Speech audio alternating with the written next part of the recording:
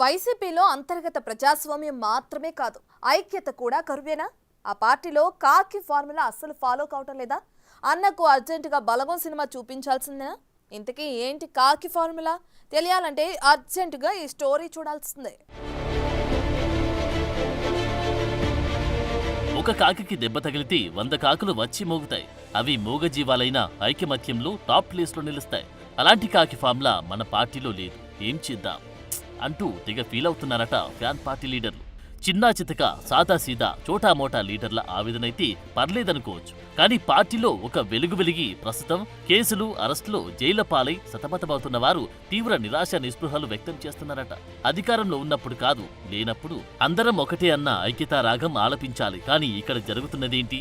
నా పేరు బికారి, నా దారి ఎడారి అన్న 6 రాగాలు ఆలపించాల్సి వస్తుందని వీరు వాపోతున్నారట. అధికారంలో ఉన్నప్పుడు తెగ హగ్గులు, షేక్ హ్యాండ్లు ఇచ్చుకున్న ఈ లీడర్లు ఇప్పుడు ఎడమొహం పెడమొహం పెట్టుకోవడం మాత్రమే కాదు, ఒకరికొకరు అసలు గుర్తుపట్టనట్టి వ్యవహరిస్తున్నారట. అప్పట్లో ఒల్లంతా నోరు చేసుకుని ప్రతిదానికి రియాక్ట్ అయిన కొడాలి వంటి వారు కూడా ఇప్పుడు పిన్ డ్రాప్ సైలెన్స్ మెయింటైన్ చేస్తున్నారట.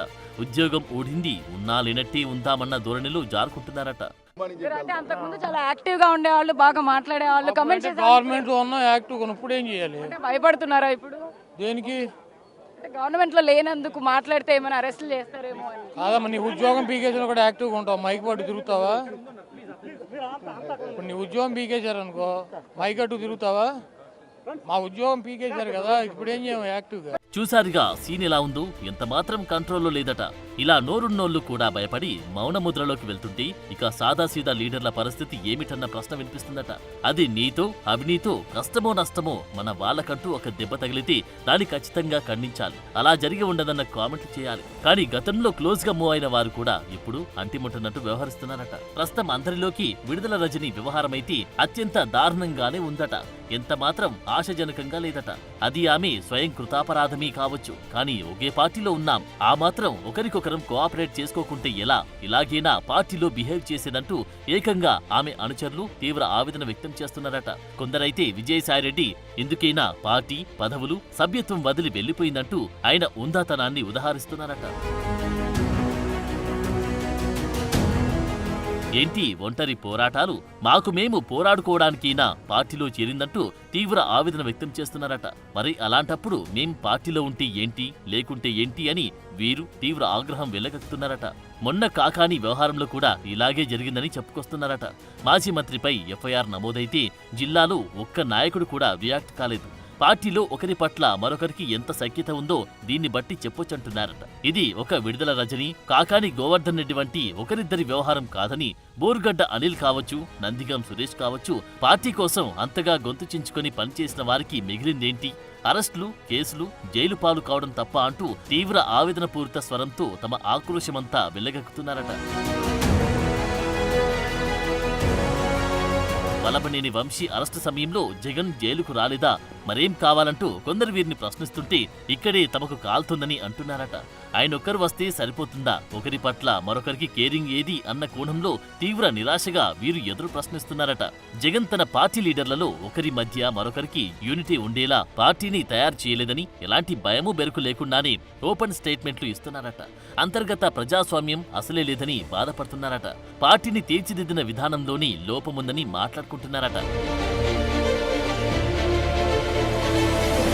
ఒకవేళ ఎవరైనా యాక్టివ్ లీడర్లు పార్టీకి ఏదైనా మేలు చేయాలని ముందుకొస్తే వీరిపై క్రమశిక్షణ ఉల్లంఘన చర్యలు చేపడతారన్న భయంతో నిమ్మకుండిపోతున్నారట. దీంతో తమకు ఎందుకొచ్చిన గొడవలెమ్మని చోద్యం చూస్తుండిపోతున్నారట. ఇదంతా అధినేత జగన్ పార్టీని రన్ చేసే పద్ధతిలోని అతి ప్రధాన లోపమని, తాము ఏం చేయలేమని వీరిలో వీరు భావిస్తున్నారట. మరి దీనికి పరిష్కారమేంటని అధిష్టానానికి దగ్గరగా ఉన్నవారు వీరిని ప్రశ్నిస్తున్నారట. అధినేత జగన్ జనంలోకి వెళ్లడం కాదు, ముందు తమతో విస్తృతంగా భేటీ అయ్యి మా మనోగతం ఏంటో అడిగి తెలుసుకోవాలని వీరు చెప్పుకొస్తున్నారట. జగన్ మీడియా ముందు 1-6 కామెంట్ల ద్వారా కార్యకర్తలను సంతృప్తి పరచలేరని వీరు కరాఖండిగా చెప్పేస్తున్నారట. సింగిల్ లైన్ కామెంట్లతో తమలో ఒక భరోసా రాదని వీరు కుండబద్దలు కొడుతున్నారట. ఎప్పుడైతే అధినేత నుంచి ఒక ఇన్స్పిరేషన్ దొరుకుతుందో ఆటోమేటిక్గా ఒకరిలో మరొకరికి యూనిటీ పెరుగుతుందని వీరు అధినేతకే ఎదురు పాఠాలు చెబుతున్నారట. మొన్నటికి మొన్న విజయసాయిరెడ్డి చేసిన మెయిన్ కంప్లైంట్ ఇదేనని వీరు ఉదహరిస్తున్నారట.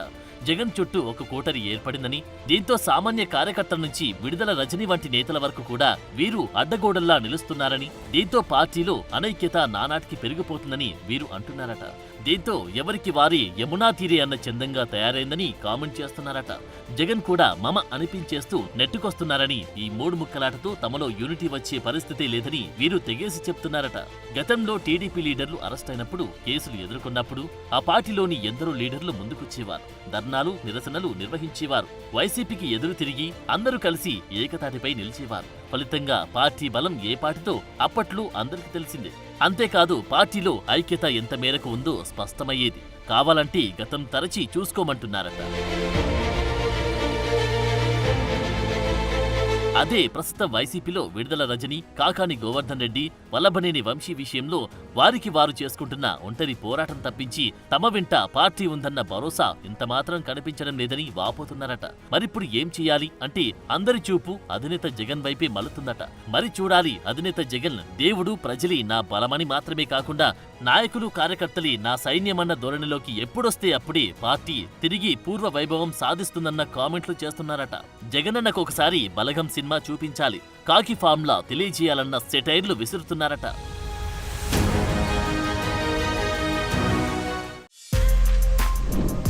For more videos like this, subscribe Big TV channel.